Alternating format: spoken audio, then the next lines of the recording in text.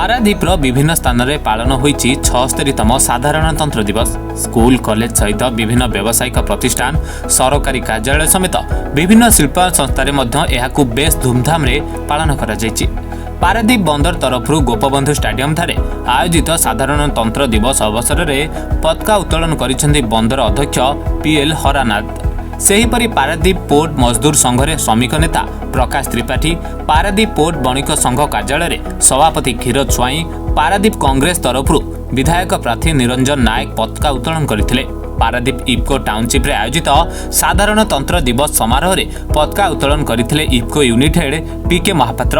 साधारणतंत्र दिवस अवसर में पारादीप इफ्को यूनिट उल्लेखनीय कार्य करुथिबा कर्मचारी और कृति छात्र छात्री मानक संबर्धित करथिले इफ्को यूनिट हेड।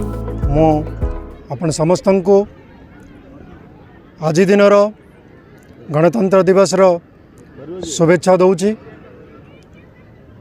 आज दिन प्रत्येक भारतीय वासी बहुत गुरुत्वपूर्ण दिन, जो दिन आमर संविधान लागू होइतिला, कार्यकारी होइतिला।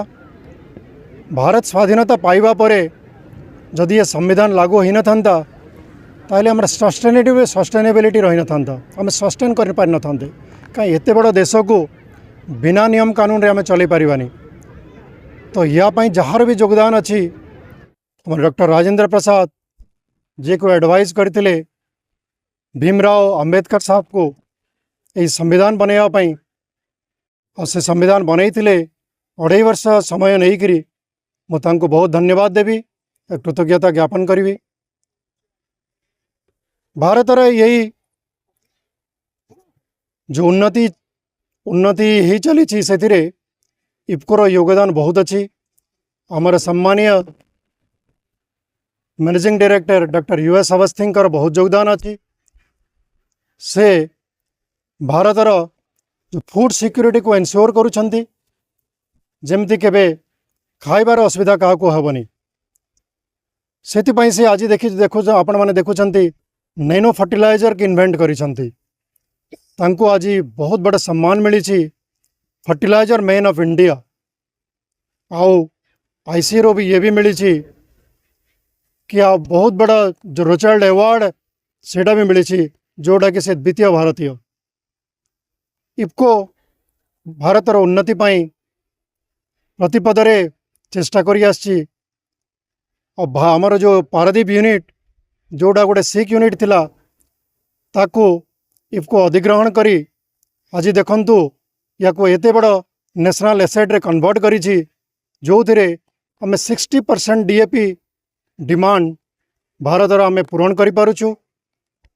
सेति पई इफ्को पारादीप गौरवान्वित।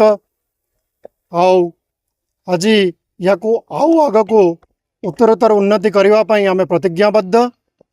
मु सहितरे नेतृत्व नहीं समस्त को सांगरे नहीं निश्चय चलिए आउ देश को उन्नत करने मो प्रचेष्टा करी। देखो प्रथम है फूड सिक्योरिटी पाई आम डेफिनेटली यह करूँ कि कौन सी समय रे देश रे डीएपी रे अभाव न हो, सारार अभाव न हो, सेटा डेफिनेटली करिवो।